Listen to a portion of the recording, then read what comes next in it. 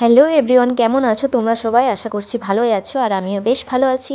আর এই যে সকালবেলাতে উঠে পড়েছি, আর এই যে আমাদের অ্যাডভেস্টারটা দেখছো, এটা দেওয়া থাকে কারণ কোনো কুকুর বা বিড়াল যদি রাত্রেবেলা ঢুকে যায়, তো সেই কারণেই দেওয়া আছে। আর আজকে উঠেছি 4টের সময়, দিয়ে আবার ঘুমিয়ে পড়েছিলাম। তার কারণ হচ্ছে আদি উঠে গেছিলো, দিয়ে আদি উঠে পরে আবার মানে ইয়ে করছিল, তো মানে জ্বালাচ্ছিল, তো সেই কারণে মাকে উঠিয়েছিল, মায়ের কাছে আসার জন্য কান্নাকাটি করছিল। তো মা আর কি উঠে গেছিলো, দিয়ে আবার আমাদের কাছেই শুয়েছিল ভোর থেকে। তো মা আর আদি দুজনাই ঘুমিয়ে গেছে, আর আমি আমার হাজব্যান্ড উঠে গেছি। দিয়ে ঘরের যেটুকুন কাজকর্ম ছিল আর কি, মা তো উঠেনি, তো মায়ের কাজগুলোই আজকে আমি করছি। মানে যেই কাজগুলো আমি কোনো দিন করিনি সেই কাজকর্মগুলোই আজকে করছি, যেহেতু মা ঘুমাচ্ছে। আমি ইচ্ছা করেই উঠাইনি মাকে, যেহেতু মা 4টে থেকে উঠে রান্না বান্না সবই করে, তো সেই কারণে মাকে ভাবলাম একটু রেস্ট দেওয়াই যাক, প্রত্যেক দিন তো একই কাজকর্ম করে।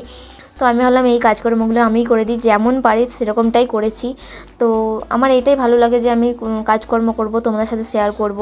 কিন্তু আমি উঠে পর দেখি আমার শাশুড়ি মায়ের কাজ কমপ্লিট, তো সেই কারণে আর কোনো কিছু কাজ করা হয় না। বাসি কাজ তো ওগুলোই মা করেই নেয়, এই যে উনানে ছাই করা, উনানে লাতা দেওয়া, উঠান ঝেটানো, এগুলো মায়ের হয়েই যায়।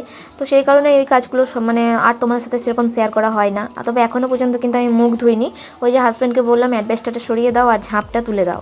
আসলে ঝাঁপটাও দেওয়া থাকে, এখন তো ঠান্ডা বেশ পড়েছে, তো সেই কারণে মা বাবা বাইরে শয়, সেই জন্য আর কি ঝাঁপটা দেওয়া হয়েছে। তো মা বাবা আর কি তুলেনি, মা তো ঘরের মধ্যে ঘুমিয়ে পড়েছে, আর বাবা কাজে চলে গেছে, সেই কারণে তোলা হয়নি ওইটাই তুলে দিয়ে, আর হাজব্যান্ড আর কি আর এই অ্যাডভেস্টারটা সরিয়ে দিয়ে তারপরে ও আর কি গেল বাইরের দিকে, একটু বাথরুমে গেল। তো যাই হোক, আমাদের তো আর বাড়িতে বাথরুম নেই, বাইরেই যেতে হয় পায়খানাটা এখানে করতে হলে। এটা কোনো হাসির কথা নয়, যেটা আমাদের সাথে ঘটে যাচ্ছে, যেগুলো ঘটছে সেগুলোই তোমাদের সাথে শেয়ার করছি।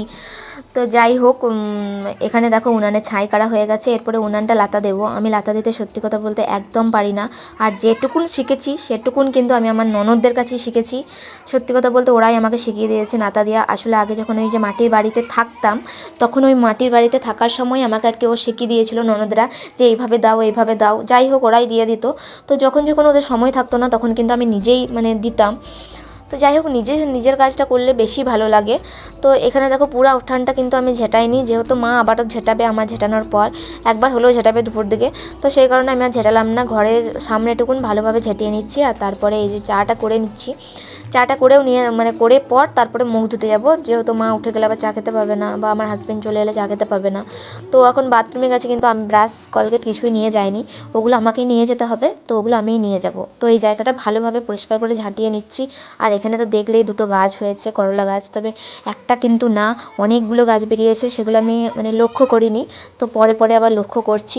তো যাই হোক, ওই গাছের গোড়াগুলো ভালোভাবে মাটিও দিয়ে নিয়েছি, তো ওই গাছগুলো তোমাদের সাথে শেয়ার করব। তো পুরোপুরিভাবে বাড়িটা মানে সব পরিষ্কার করে ঘর থেকে ঝাঁটিয়ে বার করে নিয়েছি। তারপরে বাড়িটা দেখলে কতটা সুন্দর লাগছে। সত্যি কথা বলতে এই যে দেখো, এখানে আমি নাতা দিয়েছি, আমার নিজেরই হাসি পাচ্ছে, যেহেতু আমি দিতে পারি না ভালো করে, তো সেহেতু আমার একটু হাসি পাচ্ছে। তবে যাই হোক, হাসি পাক যাই পাক, অসময়ে সবটা কাজ চালিয়ে নিতে পারলেই ভালো। তো এখানে দেখো বিছানাটা কিন্তু এখনও তোলা হয়নি, তুলবো। আর এদিকে কাচাকুচি, চা খাওয়া, সব কিছু বাসনপত্র বার করে নিয়েছি। আজকে ভাবছি হাঁড়িটা একটু মেজে দেবো, আসলে কয়লায় রান্না করছি তো, তো সেই কারণে একটু মানে কালো কালো, মানে অনেকটা কালি হয়ে গেছে, তো সেই কারণে ভাবলাম মেজে নেবো।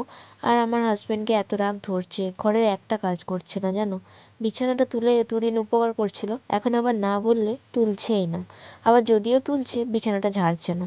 তো সেই কারণে আমার পছন্দ লাগছে না, তো সেই কারণেই আবার মাথাটা একটু গরম ছিল। এই যে ভিডিওগুলো দেখতে পাচ্ছ, এগুলো কিন্তু ওকে আমি একটাও করতে বলিনি, ও নিজে থেকেই করছে। বলছে এগুলো করে তো তোমার মনটা জয় করতে পারবো। তো তারপরে এসকল বলার পর আমার রান্নাবান্না হয়ে গেছিলো, আদিকে খাওয়ানো হয়ে গেছিলো। তারপরে নিজে থেকেই বলছে তাহলে আমি ফ্যানটা পরিষ্কার করে দিই। দেখতে তো পাচ্ছ যে সকাল থেকে কিচ্ছু কাজকর্ম করেনি, তো সেই কারণে আমার দেখছি ফ্যানটা নিয়ে বসেছে, মানে আমার মানে আমার মনটা ভালো করার জন্য। আমি তো বলেইছিলাম অনেক দিন আগে থেকে এই ফ্যানটা পরিষ্কার করতে বলছি, যবে থেকে শীত পড়েছে, তবে ও করবেই না, কোনো কথাই শুনছে না। তো সেই কারণে এই যে এখন ফ্যান নিয়ে বসে পড়েছে। তারপরে ফ্যানটা এরকম করে ঝেড়ে নিয়ে আসার পর কানে আমার আমাকেই ভীষণ পরিষ্কার ব্যথা করতে করছে, বলছে। কান ফুঁড়িয়ে আমি যা বড় ভুল করেছি সেটা আমি আজ বুঝতে পারছি। ভীষণ ব্যথা করছে, দেখো এই কানটায় বেশি ব্যথা করছে, এই কানটায় কিছু একটা হয়ে গেছে মনে হচ্ছে আমার। কানটার মধ্যে এই মাত্র বোরোলিন গরম করে লাগালাম। যাই হোক, এইটাতে কিন্তু আমার অত ব্যথা নেই, কিন্তু এই কানটায় ভীষণ ব্যথা হচ্ছে। বেশি কিছু বলতে গেলে আমাকেই ধমকাচ্ছে, যেহেতু আমি করেছি তো সেহেতু আমি কিছুই বলতে পারছি না, ব্যথা হচ্ছে আর কি, মন মরা হয়ে বসে আছি।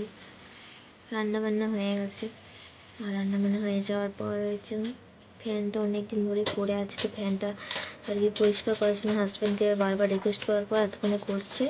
ও বলবে ঝেড়ে দেবো, আমাকে আবার মুছতে হবে। মনে হচ্ছে একটু ব্যথা হচ্ছে, একটু শান্তি করে শোবো, আর শুতেও তো পারছি না, কী করে শুয়ে, এইদিকেও শুতে পারছি না, এদিকেও শুতে পারছি না। এই ব্যথা করে 4 দিন থাকবে, সবে 2 দিন হলো। তো চলো তোমার সাথে যতটা পারছি ততটা শেয়ার করছি। তারপরে দেখো আমি নির্মা জল দিয়ে ভালোভাবে পুছে নিয়েছি, আর পুরো ফ্যানটা একদম মানে জলকানি করে নির্মা দিয়ে ভালোভাবে মুছে নিয়েছি। আর তারপরে ওকে বললাম এটা তো আর কাজে লাগবে না, এটা বস্তার মধ্যে ঢুকিয়ে দাও। তখনও বস্তার মধ্যে ঢুকিয়ে ভালোভাবে রেখে দিল। আর তারপরে এই যে বিকালবেলায় অনেকটা সময় পেরিয়ে গেছে, আর এদিকে গাছে জল দিতে এসেছি, আর এসে দেখছি 2টো বেগুন গাছ মরেই গেছে। আর বিশ্বাস করো এই গাছ লাগাতে আর ভালো লাগছে না, যেহেতু গাছগুলো মরে যাচ্ছে আর একটা করে মনটাই ভেঙে যাচ্ছে। তো যাই হোক, একদিকে মানে আমি ভীষণ খুশি যেহেতু ভুট্টা গাছগুলোয় ভুট্টা ধরেছে, আর দেখে তো মনটা ভীষণ ভালো লাগছে। সব গাছের তুলনায় এই ভুট্টা গাছগুলোতেই জলটা মানে খুব বেশি টানছে। তো এইদিকে দেখো এসআইআরের ফর্ম ফিল আপ করতে আমার হাজব্যান্ড বসে পড়েছে। ওর কাউকেই লাগবে না, ও একাই 100। তো এই সকল কাজ ওই করে। আমি পারি কিন্তু আমার হাতের লেখাটা অত ভালো না, তো সেই কারণে আমি করি না।